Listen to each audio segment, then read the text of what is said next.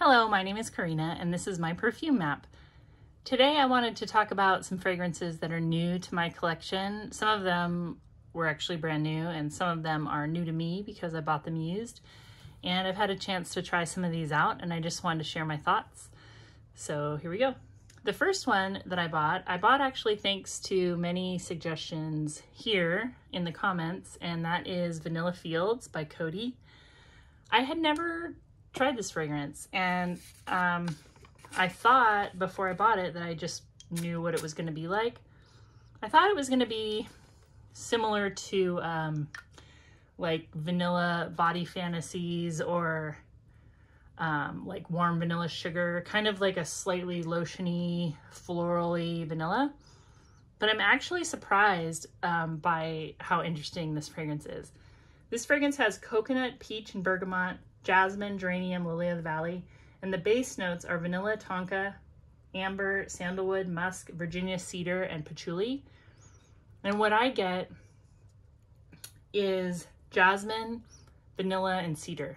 That's what I mostly smell. Definitely a little bergamot, and even a little bit of the coconut in the top.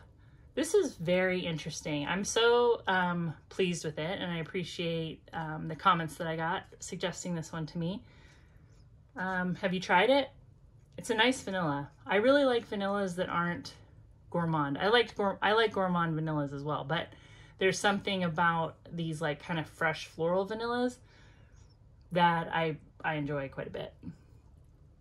So there's that.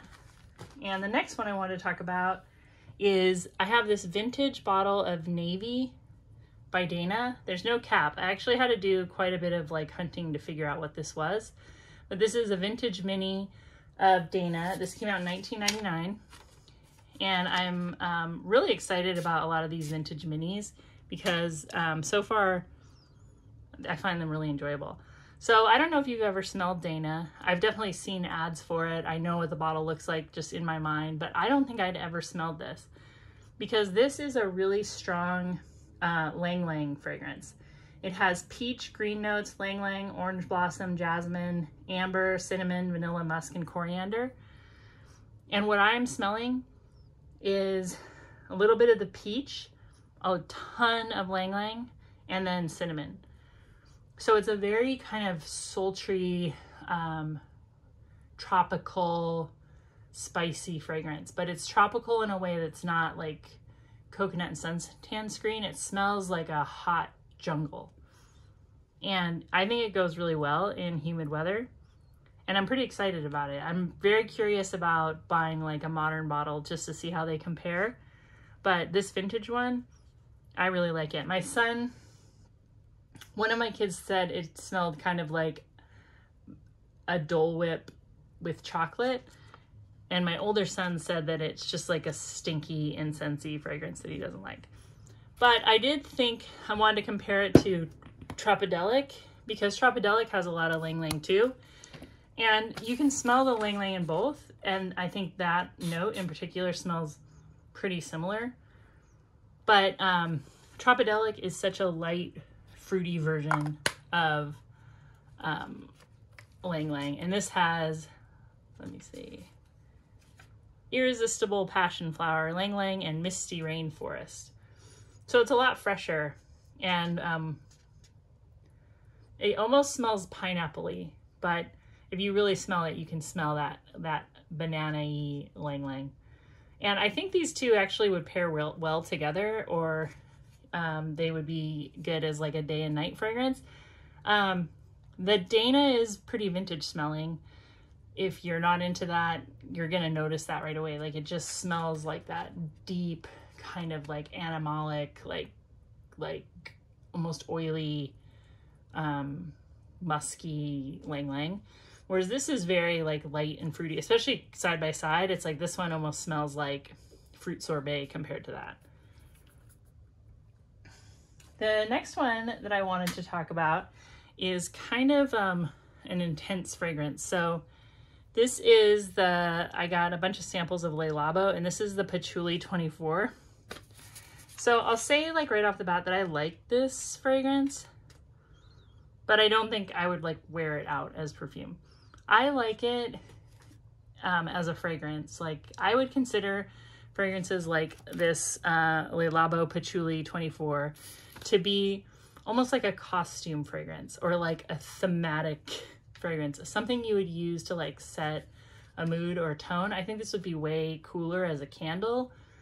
I would wear this around the house, but I would never wear it out. Like, there's no way. I just feel like it's way too risky. It does smell like, it doesn't really smell like patchouli. It smells like smoked leather belt. What it really reminds me of right away is when I was a kid growing up in Northern California. I'm pretty sure like every Northern California kid went on this field trip to this place called Sutter's Fort, which was like a very old fort, like actually before California became part of the United States. It was settled, like I think the guy was from Switzerland, and I think his name was John Sutter. But he set up this fort where like they could do everything they needed to do. Like, there was like a blacksmith and like a tannery and like, you know, a place where they were making food. And you could go there as a kid and you'd wear like a headset, right? And this smells like, you know, you would be listening on the headset like, oh, Sam Cox, the local blacksmith. And it'd be like, ding, ding, ding. It'd be like him pounding like some metal. And then there would be like a scent there, and it would smell like kind of burning leather. That's what this smells like. This smells like a fragrance that they could use at like a theme park. You know, if you've ever been on any rides that have a fragrance, like I'm thinking of like Blazing Fury at Dollywood, where there's like a burning smell, or like the scene in Spaceship Earth at Epcot where like Rome is burning. Like, those smell good, but I just would never want to smell like this, because it really smells like what's burning. Like, I would be afraid that like if I went grocery shopping wearing this, that the employees might be like, I think one of our cases is on fire. So I don't know. I mean, maybe this smells good to somebody to wear on skin, but I think it's more of like a costume, like theme. It'd be a cool candle around Thanksgiving or something. I don't know. Very, very smoky, not very patchouli, and really woody, kind of leathery. Anyway, I wanted to bring up again, like, an alternative to that fragrance. If you want to wear a smoky fragrance, this one is way more like appropriate for human wear. I don't ever feel embarrassed at all wearing this.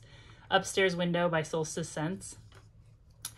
And because it has like this creamy beeswax amber, like just resinous, slightly smoky, slightly sweet, but very like warm and comforting smell. And I'm bringing this one up a lot because it's available right now. I did not participate in the last, the reopening of Solstice Scents. At least I haven't yet, because I just kind of went through all my fragrances and I was like, I have a lot. I think I'm pretty good. And then she had one thing that I was interested in getting, but that was it. And the new fragrances, one was like a rose vanilla. I was kind of like, and the other one was like a sandalwood jasmine. I was kind of like, I think I'll wait, you know. But this one is available. And if you like smoky scents, I think this one is like pretty wearable.